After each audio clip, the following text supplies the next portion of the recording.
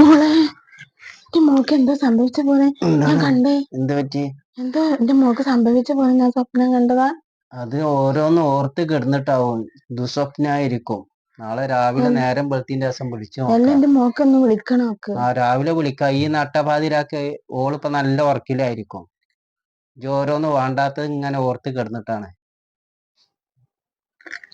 Hello, മോളെ, എനിക്ക് സുഖം തന്നെയല്ലേ?